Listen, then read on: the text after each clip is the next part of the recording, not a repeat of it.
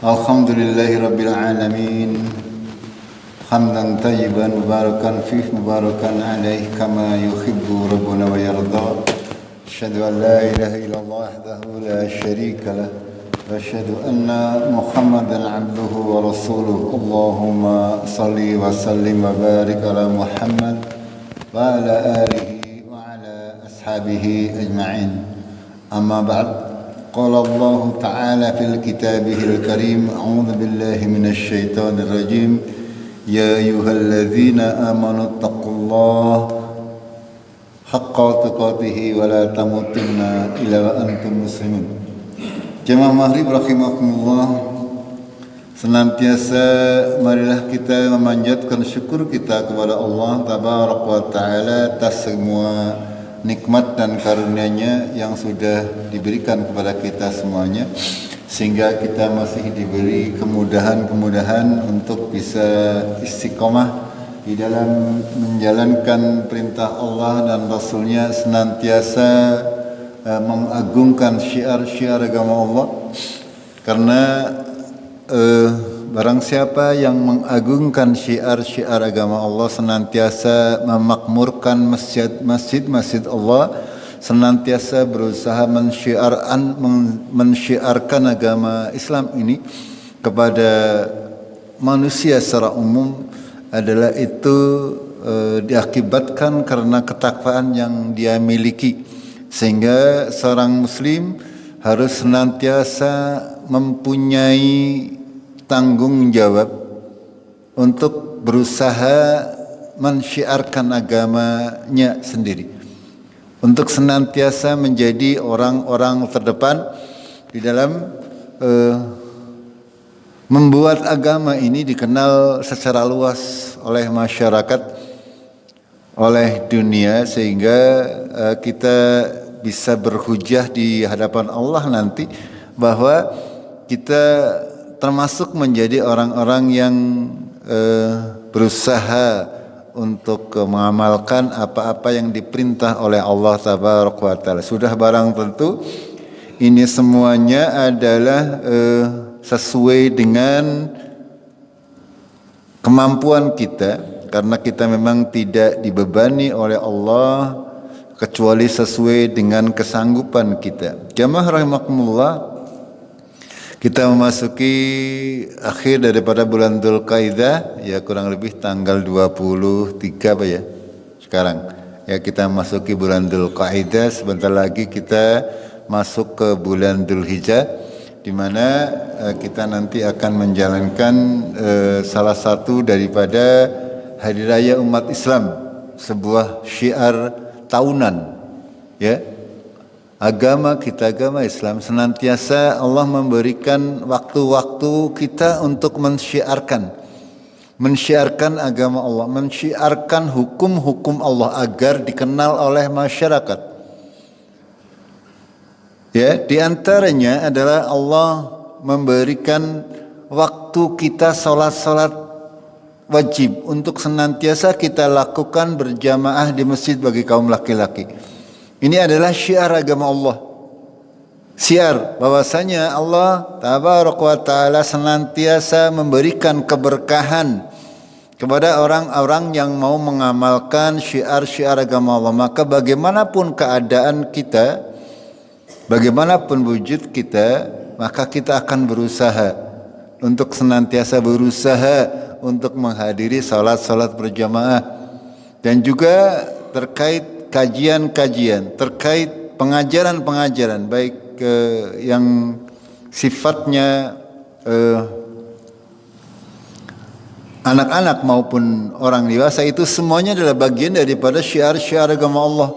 Kita harus berusaha senantiasa terlibat agar Allah Tabaraka wa Ta'ala akan menulis apa yang kita lakukan di dunia ini sebagai amal-amal saleh, dalam bentuk apapun juga, ya, dalam bentuk apapun juga, dalam bentuk yang bisa mengajar, yang bisa membantu hal-hal yang lain, monggo untuk bisa menjadi bagian daripada orang-orang yang mensyiarkan agama Allah Tabaraka wa Ta'ala. Ini memang berlandaskan kepada ketakwaan kita kepada Allah. Seberapa besar kecintaan kita kepada agama ini, sehingga kita merasa punya kewajiban untuk membesarkan, ya, menjaga lingkungan kita, menjaga agama kita untuk bisa senantiasa sesuai dengan koridor, sesuai dengan rel yang sudah digambarkan atau sudah digariskan oleh Allah dalam Al-Quran maupun sunnah-sunnah sahihah.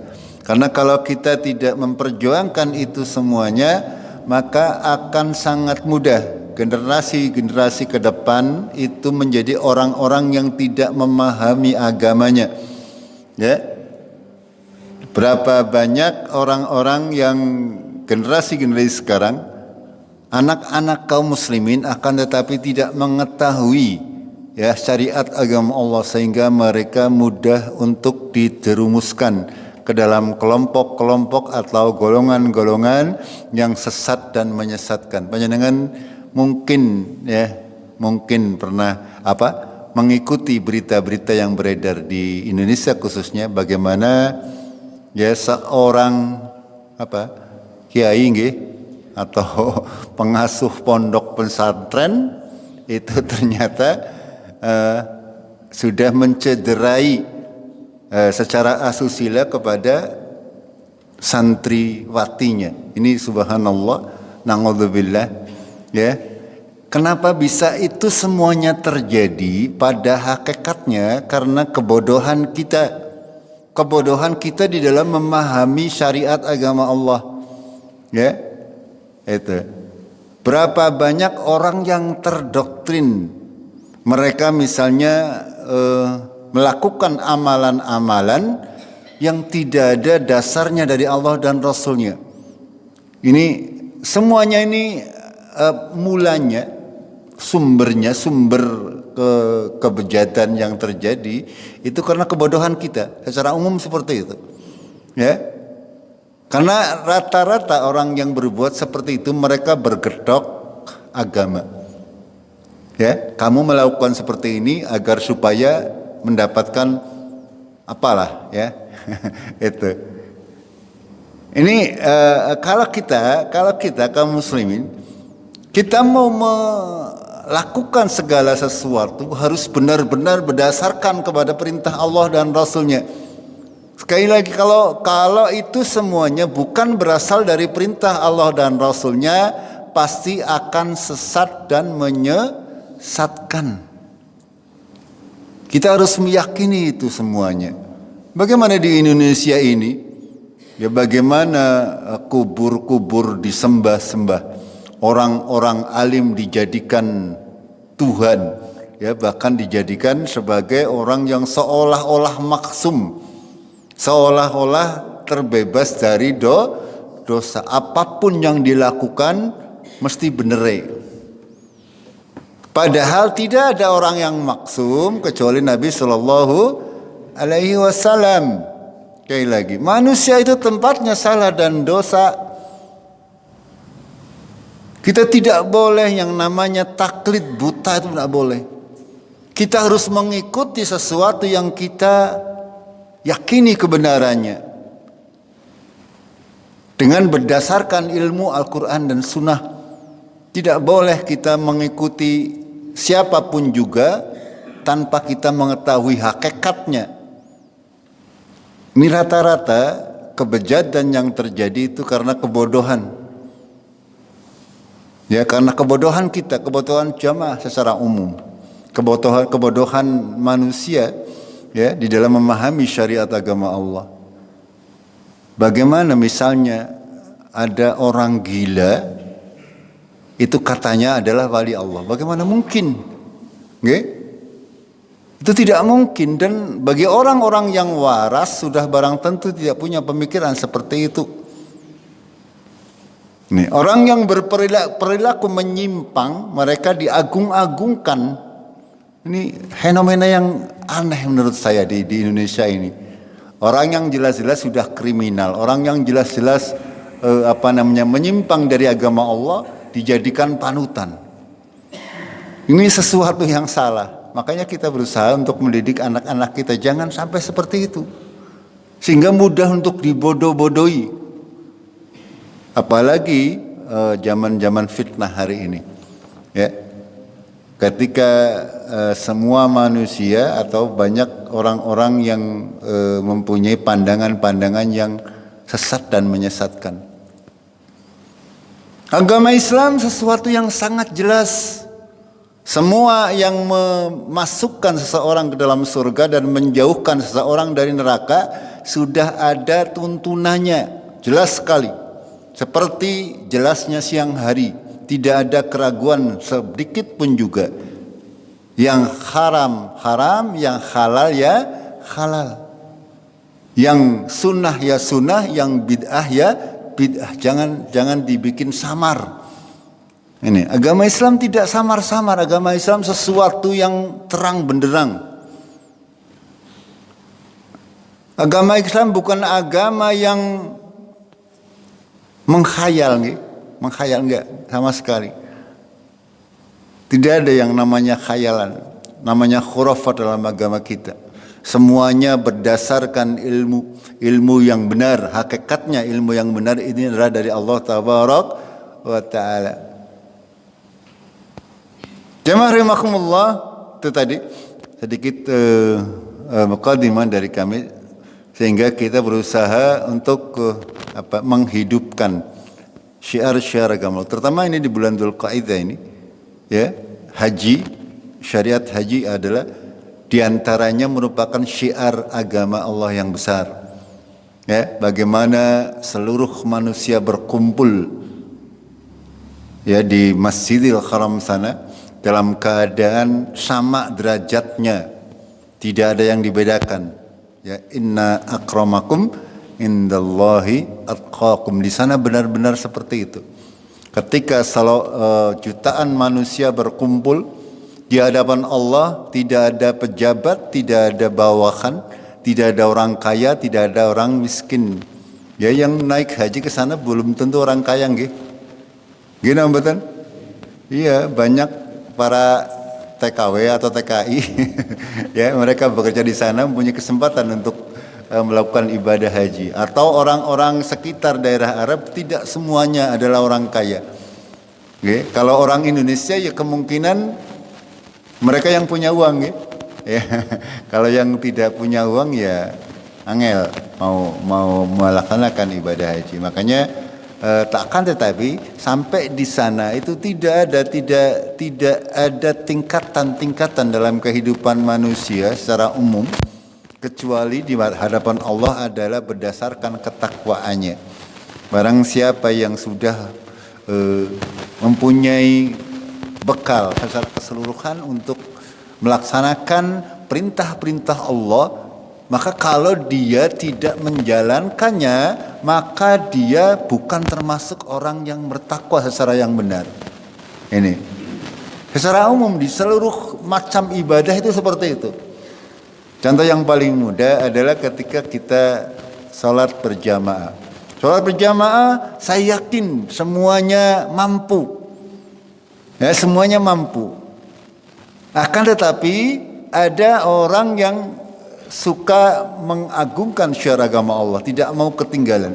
Ada juga orang yang mengagungkan akan tapi tidak secara keseluruhan. Ya, ini semuanya tergantung tingkatan ketakwaan. Makanya penting untuk kita meningkatkan ketakwaan kita kepada Allah. Kalau kita bertakwa kepada Allah, maka ketika kita misalnya tertinggal atau kesiangan tidak ikut sholat berjamaah, itu merasa ada semacam kerugian. Ya, ada macam kerugian karena tidak mendapatkan pahala terbaik. Akan tetapi ketika orang yang sudah terbiasa tidak melaksanakan itu, maka tidak ada merasa kerugian. Ini maksudnya meningkatkan ketakwaan seperti itu. Ya, kita harus sama seperti ketika kita belajar sholat. Kita diajari sholat dari kecil. Ketika sudah rada besar sedikit, ya kita sudah punya pemahaman. Oh, saya belum sholat duhur misalnya. Kalau sholat duhurnya kelalaian atau ketiduran, itu sudah punya dalam hati kita kewajiban, saya harus mengqadha salat tersebut karena hutang kepada Allah itu lebih berhak untuk segera dilunasi.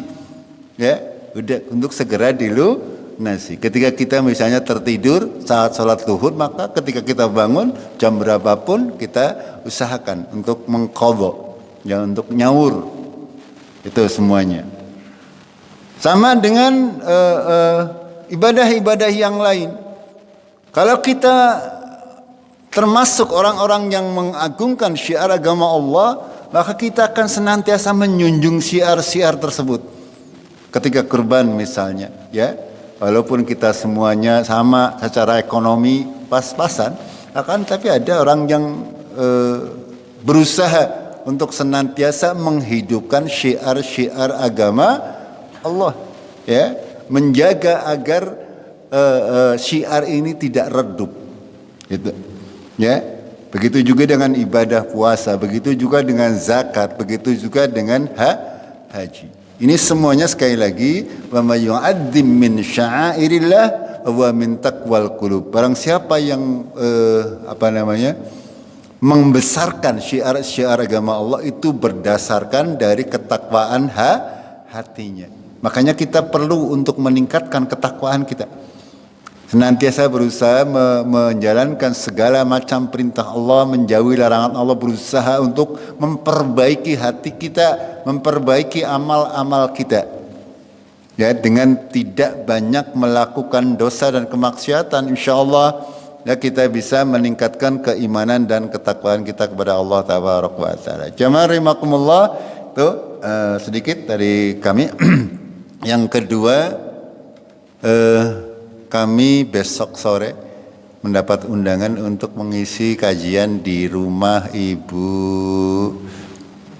siapa ya? Kelalen bae. Bu Khalid nggih, Bu Khalid maaf.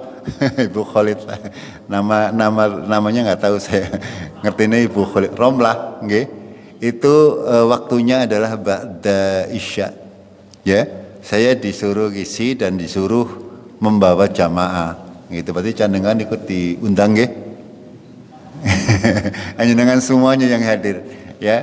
Enggak, yang kober, ya, yang sempat kita karena itu undangan Ibu Khalid pada waktu beberapa hari yang lalu ke rumah itu menyampaikan demikian untuk disampaikan kepada jamaah khususnya, ya, besok sore berarti habis Isya tempat di rumah Bu Khalid kita ke sana bersama-sama, ya, untuk kajian aja sekitar 1 jaman, ya, karena kajian kita sudah biasa nggih, tidak usah, ya, anggap saja itu kajian rutin seperti biasa, ya, karena memang kita sekali lagi untuk kajian-kajian yang kita lakukan kita ibaratkan itu adalah sebuah ibadah salat sunnah lah gampangannya, ya, kita senantiasa berada dalam kebaikan.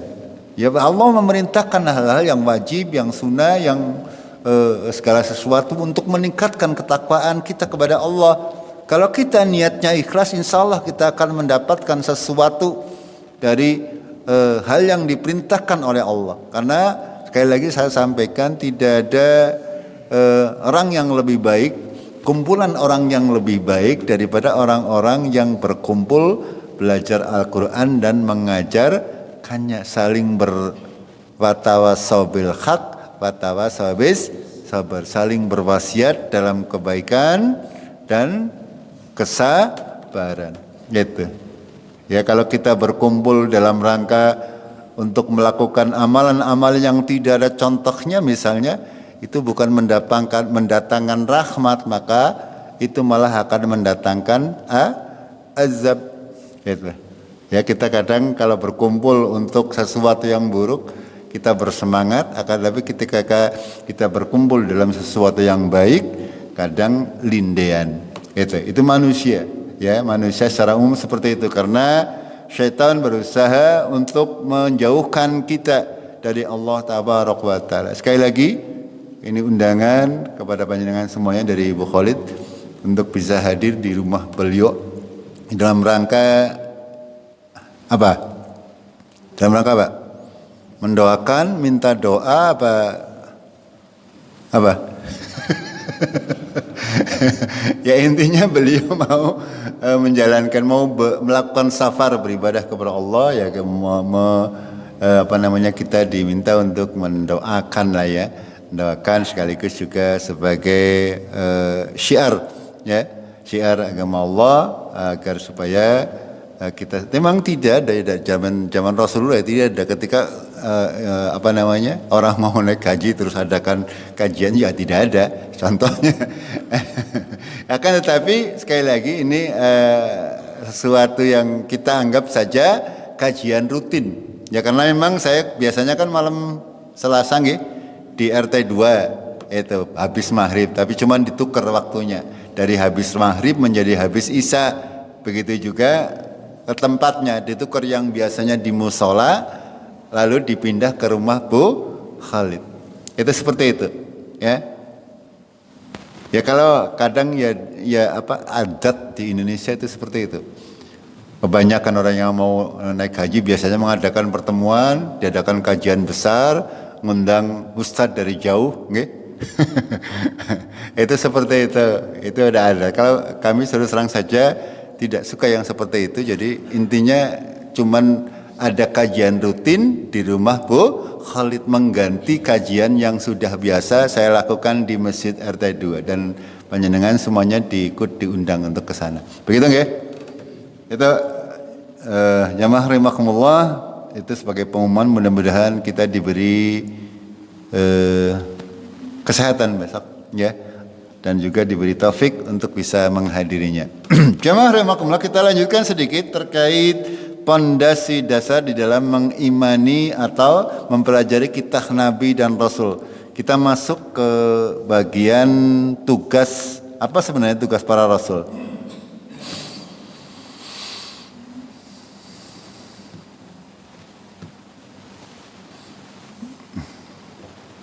Bentar, ini maaf, error.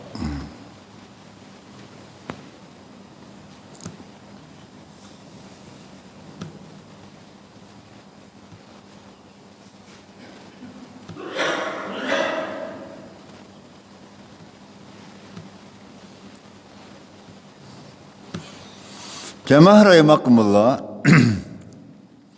kita akan sedikit memahami tugas para nabi dan rasul yang dicanangkan oleh Allah Tabaraka wa Ta'ala. Kenapa Allah mengutus para nabi dan rasul? Sebenarnya untuk apa mereka diutus oleh Allah? Kemarin sudah kita mempelajari tentang bagaimana dasar-dasar bahwasanya Allah itu memilih di antara hamba-hambanya sebagai nabi dan rasul. Pada hakikatnya nabi dan rasul adalah manusia seperti biasa.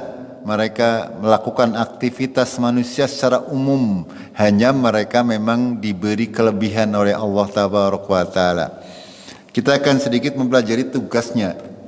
Yang pertama adalah, pada hakikatnya tugas para rasul, para nabi dan rasul adalah mengajak manusia untuk meningkatkan atau untuk manusia beribadah kepada Allah dengan mentauhidkan Allah Tabaraka wa Ta'ala dan meninggalkan sesembahan atau kesyirikan selain Allah. Ini tugas utama para rasul dan menjadi pondasi dakwah seluruh kaum muslimin sampai hari kiamat. Ya, pondasi dasar tugas nabi dan rasul adalah untuk mengajak manusia mengesahkan Allah dan menjauhi kesyirikan. Ini kadang orang berdakwah itu tidak mementingkan dakwah ini, padahal para nabi dan rasul mereka berjuang bersungguh-sungguh untuk menegakkan tauhid dan menjauhkan kesyirikan. Makanya karena banyak kaum muslimin, para dai-dai tidak mempunyai pondasi yang jelas, sehingga dakwahnya tidak mementingkan ini, sehingga apa yang terjadi? Seperti tadi saya sampaikan di awal, ya, kaum muslimin tidak mengerti mana tauhid, mana syirik, tidak mengerti. Bagaimana cara beribadah yang benar? Bagaimana cara memohon kepada Allah yang benar? Bagaimana menjauhkan orang dari kesyirikan? Bahkan ada orang-orang yang dilabeli kiai, ustadz, ya, ulama, mengatakan memakai jimat itu tidak apa-apa. Ada yang mengatakan demikian. Itu tingkatannya kiai. Naudzubillah. Itu. Ini kita kembali kepada hakikatnya. Tugas para rasul utamanya adalah untuk mengajak manusia beribadah, berdoa, memohon pertolongan, bergantung hanya kepada Allah, meninggalkan yang lain. Akan tetapi karena tidak diseriusi, sehingga yang terjadi masyarakat secara umum tidak memahami. Tidak memahami sehingga kadang ya masyarakat itu lebih menuhankan organisasinya, menuhankan kiainya, ya. Tidak mengikuti Al-Quran dan Sunnah karena mengikuti kiainya misalnya. Itu. Beramal tidak berdasarkan Al-Quran dan Sunnah, akan tapi berdasarkan apa yang diyakini orang-orang banyak itu sebagai sebuah amalan yang benar. Padahal itu tidak ada contohnya dari Allah dan Rasulnya. Ini hakikatnya, ini awal mulanya karena tidak memahami, ya, memahami tugas para Rasul. Manusia secara umum mereka akan cenderung kepada sesuatu yang buruk. Innan nafsa la amaratin bisu ila ma rahimar rabbi, kata Allah dalam Al-Quran. Sesungguhnya hawa nafsu senantiasa menyuruh kepada sesuatu yang buruk, kecuali hawa nafsu yang telah dirahmati oleh Allah. Gitu. Nafsu kita manusia senantiasa seperti itu, senang kepada sesuatu yang hura-hura, sesuatu yang buruk. Ya. Bagaimana agama ini dicampur aduk dengan sesuatu yang buruk misalnya, ya, pengajian misalnya dicampur dengan musik, dengan nyanyian. Ini naudzubillah, ini merusak akidah. Merusak. Karena tidak mungkin air karo banyu, minyak dengan air itu bercampur, tidak mungkin. Antara sunnah dan bid'ah tidak mungkin bercampur. Antara yang halal dan yang haram tidak mungkin bercampur. Itu. Kalau kita mau melakukan kebaikan harus murni, itu berupa kebaikan, jangan dicampur-campur, tidak akan mendapatkan manfaat. Itu.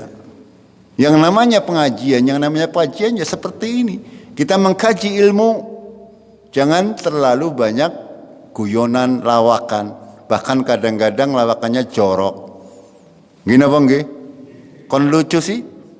Ya, kon lucu jadi lawakannya cenderung para jorok. Ini naudzubillah, dicampur lagi dengan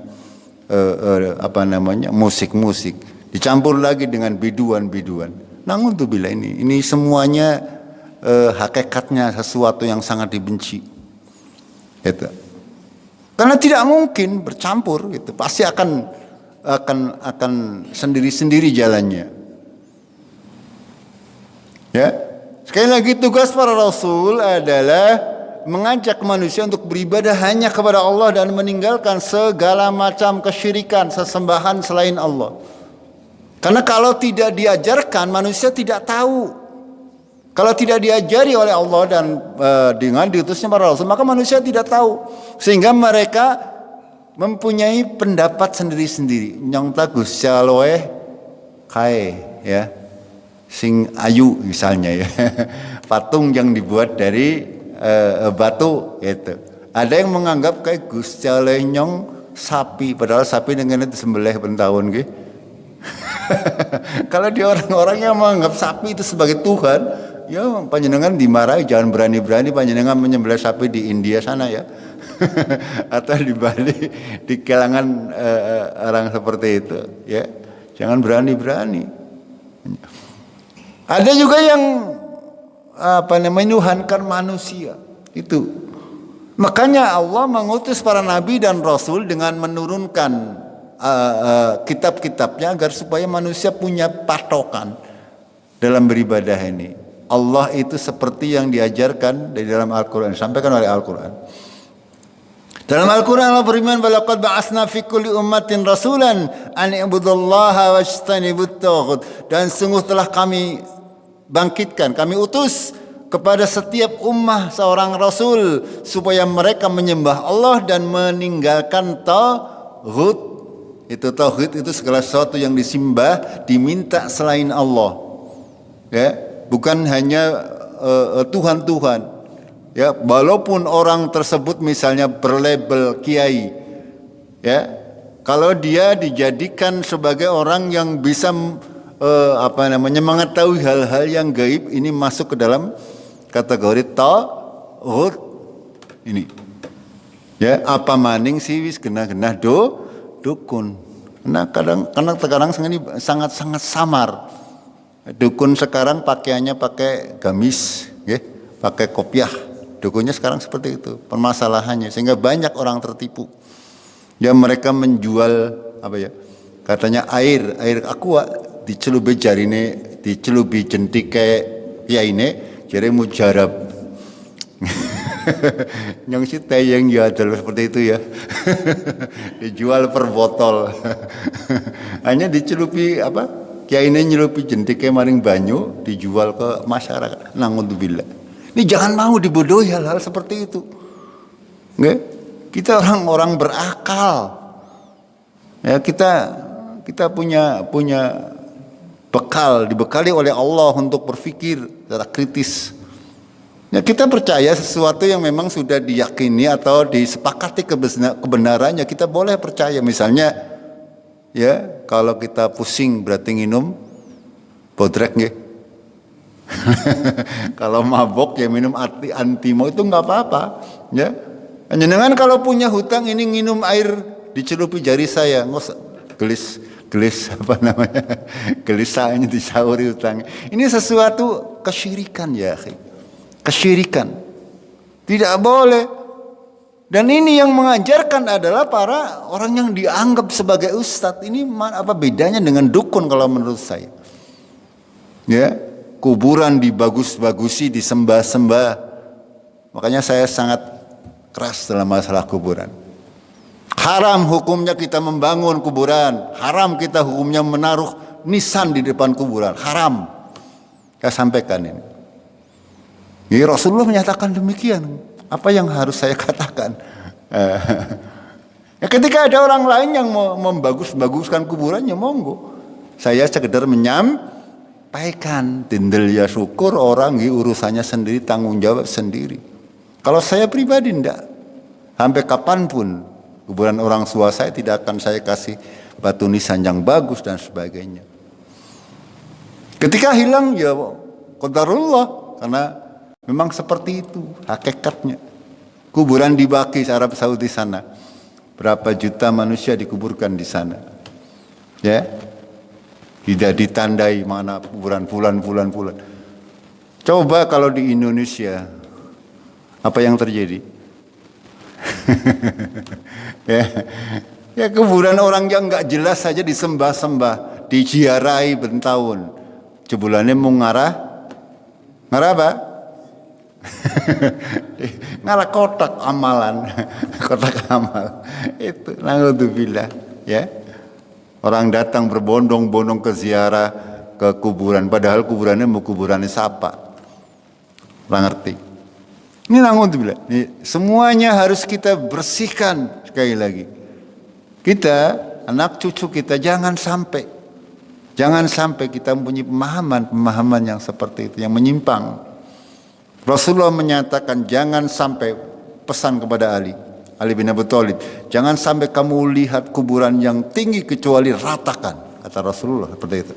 Jangan kamu jadikan kuburanku sebagai sebagai tempat berkumpul. Ini jelas-jelas sekali sabda Rasulullah Sallallahu Alaihi Wasallam. Tapi apa yang terjadi di Indonesia luar biasa. Kuburan dibikin kayak hotel, ya, dirias-rias, disembah-sembah, dimintai barokah. Naudzubillah. Ini kesyirikan besar. Dan yang mengajarkan sekali lagi itu labelnya adalah kiai ustadz. Itu. Makanya harus pintar. Dari ayat ini kita mengetahui bahwasanya Allah sudah menyampaikan, sungguh telah setiap umat itu ada rasulnya dari zaman dahulu sampai hari ini.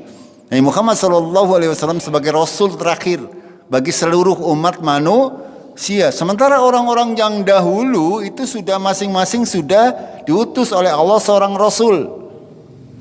Itu yang harus kita fahami. Dari zaman Nabi Adam nanti berlalu generasi-generasi, Allah akan senantiasa mengutus. Makanya kemarin sudah kami sampaikan jumlah nabi dan rasul adalah sekitar 1.200 lebih. Ya, diantaranya sekitar 300 sekian adalah seorang rasul. Artinya rasul dan nabi itu adalah perbedaannya. Kalau rasul itu adalah membawa syariat agama baru yang menghapus agama yang sebelumnya.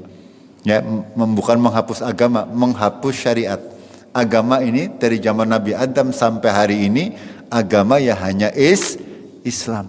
Itu yang diturunkan oleh Allah, yang diridhoi oleh Allah tabaraka wa taala. Gitu. Dalam ayat yang lain Allah berfirman, "Wa ma arsalna min qablik min rasulin illa nuhi ilaihi annahu la ilaha illa ana fa'budun." Dan tidaklah kami mengutus seorang rasul sebelum engkau Muhammad kecuali kami wahyukan kepadanya bahwasanya la ilaha illa ana, tidak ada Tuhan melainkan aku, melainkan Allah. Ya, fa'budun, maka sembahlah aku. Ini semuanya para rasul ini mereka diperintah oleh Allah, diberi tugas kembalikan manusia untuk beribadah hanya kepada Allah. Tidak boleh beribadah kepada selain Allah, tidak boleh kita berdoa kepada selain Allah, tidak boleh kita memohon pertolongan kepada selain Allah. Itu.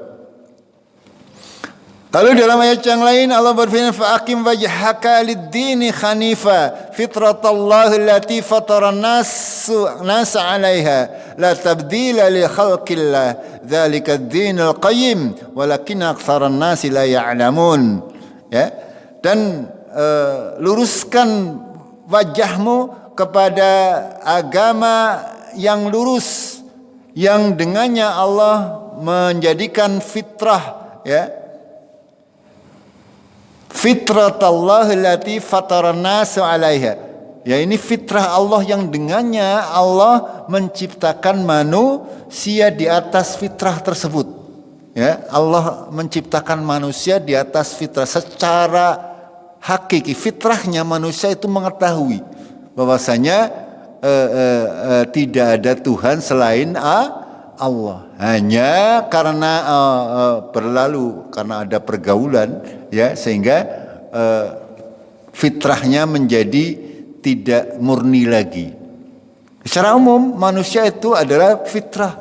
Kalau mengatakan Allah misalnya, dia pasti akan mempunyai keyakinan bahwasanya ada Allah yang mengatur kehidupan kita. Bahkan orang-orang kafir, ya, misalnya dia berada dalam suatu keadaan di tengah laut misalnya, ya, tidak ada orang yang menolong lagi, mereka akan memohon tolong kepada Allah.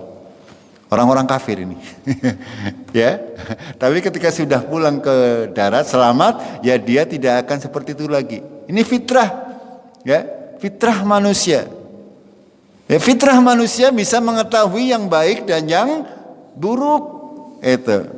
Sehingga akan senantiasa terjaga.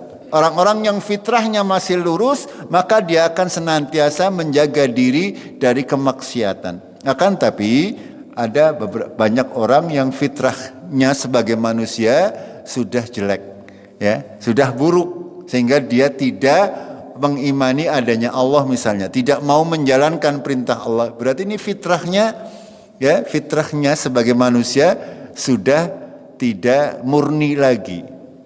Itu. La tabdila li khalqillah, tidak ada perubahan atas ciptaan Allah. Artinya Allah menciptakan manusia dari zaman Nabi Adam sampai hari ini berdasarkan fitrahnya. Ya, seorang manusia pada hakikatnya dia tahu mana yang baik, mana yang buruk. Gini betul? Ya bayi saja dia berdasarkan pengalaman dia mana yang baik, mana yang buruk sudah tahu. Ya, seorang bayi dari mulai bayi sudah diberi fitrah oleh Allah Tabaraka wa Taala. Ya, jangankan manusia, hewan pun demikian diciptakan oleh Allah sesuai dengan fitrahnya sebagai hewan. Ya manusia seperti itu, laki-laki diciptakan oleh Allah sesuai fitrahnya, wanita diciptakan oleh Allah sesuai dengan fitrahnya. Semuanya berjalan sesuai dengan hukumnya masing-masing. Itu tidak akan ada perubahan pada ciptaan Allah. Zalika dinul qayyim walakin aktsaran nasi la ya'lamun. Demikianlah agama yang lurus, akan tapi kebanyakan manusia tidak mengetahui. Ini yang saya sampaikan tadi. Kebanyakan manusia mereka beragama tapi tidak mengetahui. Yang mereka mengikuti segala sesuatu yang tidak ada ilmunya. Ini di luar kalau di luar orang Islam ya sangat banyak. Bahkan di kalangan kaum muslimin pun begitu. Banyak dari manusia kaum muslimin itu tidak mengetahui hakikat fitrah agama yang lurus. Sehingga mereka banyak terjerumus kepada kesesatan. Kita lanjut. Yang kedua adalah menyampaikan syariat agama Allah kepada manusia. Syariat Allah kepada manusia. Aturan-aturan Allah kepada manusia dan menjelaskan agama yang diturunkan kepada manusia. Ya. Artinya bahwasanya Allah itu tidak membutuhkan kaum umat manusia untuk beribadah. Kenapa Allah menurunkan syariat? Kenapa Allah menurunkan aturan? Ya. Kenapa? Ya untuk menjaga kemaslahatan manusia. Ya contoh misalnya di negara saja. Kalau negara tidak punya aturan, kira-kira bagaimana? Apa yang terjadi? Ya. Apa yang terjadi kira-kira sebuah negara atau sebuah desa atau sebuah lingkungan tidak punya aturan. Kira-kira apa yang terjadi? Kacau nih. Iya kacau. Tidak ada aturan syariat pernikahan ya. Berarti menungsau kayak ayam ya. Baru wadonan duper. Itu. Ya kayak ayam. Itu. Jadi tujuan Allah membuat syariat agar kemaslahatan yang terjadi di antara manusia bisa berjalan sebagaimana mestinya. Itu. Ya. Tapi sekali lagi syariat agama sudah barang tentu sesuai dengan ketentuan Allah. Allah menurunkan syariat pasti untuk kebaikan umat manusia. Allah akan senantiasa menghalalkan yang baik-baik dan mengharamkan yang buruk. Segala sesuatu yang dihalalkan oleh Allah dan Rasulnya pasti baik. Segala yang dilarang, yang diharamkan oleh Allah dan Rasulnya pasti berakibat buruk. Ini pasti. Ini harus kita yakini. Dalam Al-Quran Allah berfirman, Ya ayyuhar rasul, baligh ma unzila ilaika min rabbik, wa illam taf'al fama balaghta risalah. Wallahu yu'simuka minan nasi innallaha la yahdil qaumal kafirin.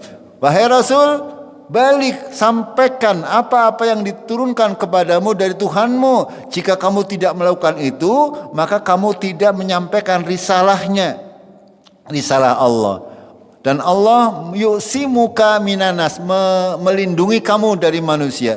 Sesungguhnya Allah tidak akan memberi petunjuk kepada orang-orang yang kafir. Ya, orang-orang yang menutupi kebenaran. Orang kafir ini adalah orang-orang yang menutupi kebenaran. Kenapa bisa? Karena hatinya dipenuhi dengan kemaksiatan. Semakin kita banyak melakukan kemaksiatan, maka kita akan menjadi orang-orang yang tertutup dari kebenaran atau orang kafir.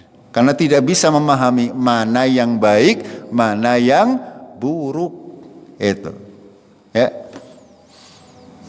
Lalu Dalam ayat yang lain Allah berfirman bil bayyinati waz zuburi wa anzalna ilaika dzikra litubayyana lin-nasi ma nuzila ilaihim wa la'allahum yatafakkarun.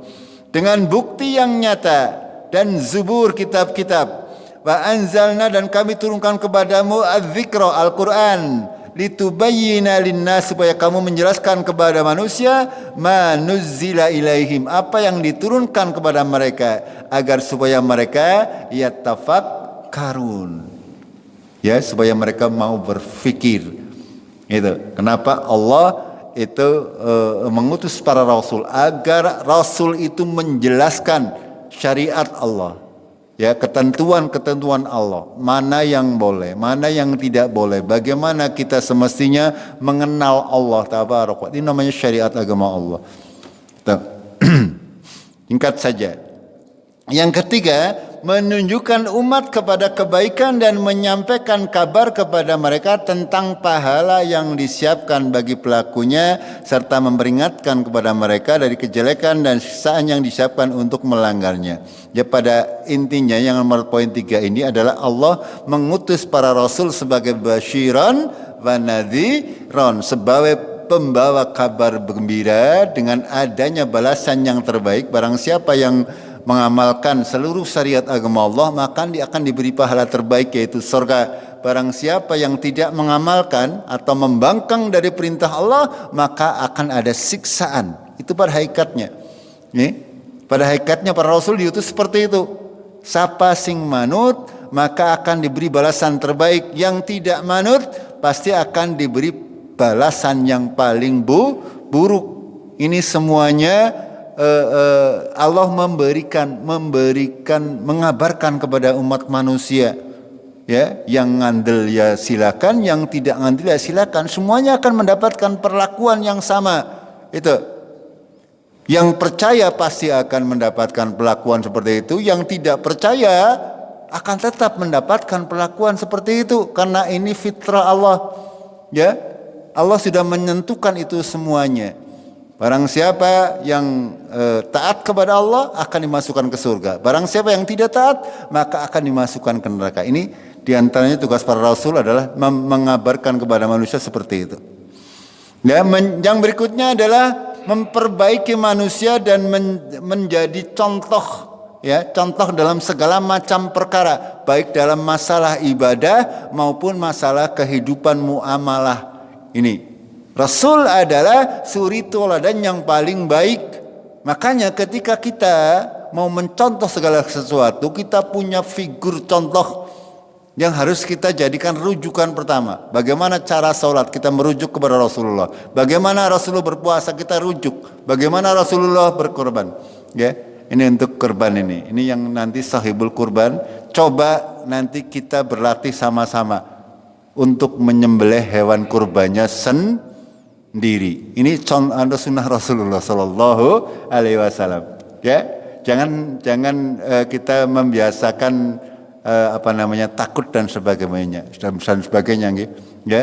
Kita nanti ya mungkin suatu saat kita menghadapi keadaan yang seperti di Palestina, seperti di Libanon, ya, seperti di Syria, kita harus menghadapi banyak darah. Anggar karo darah sapi bebeti, apa maning karo darah menungsa ini. Makanya coba nanti ya, hanya dengan yang merasa sudah mentalnya sudah bisa, ya, kalau berkorban usahakan coba salah satu untuk bisa menyembelih hewan korbannya sendiri, ya, karena memang ini sunnahnya seperti itu. Rasulullah Shallallahu Alaihi Wasallam pernah korban unta 100 ekor, yang 63 beliau sembelih sendiri. 63, bayangkan.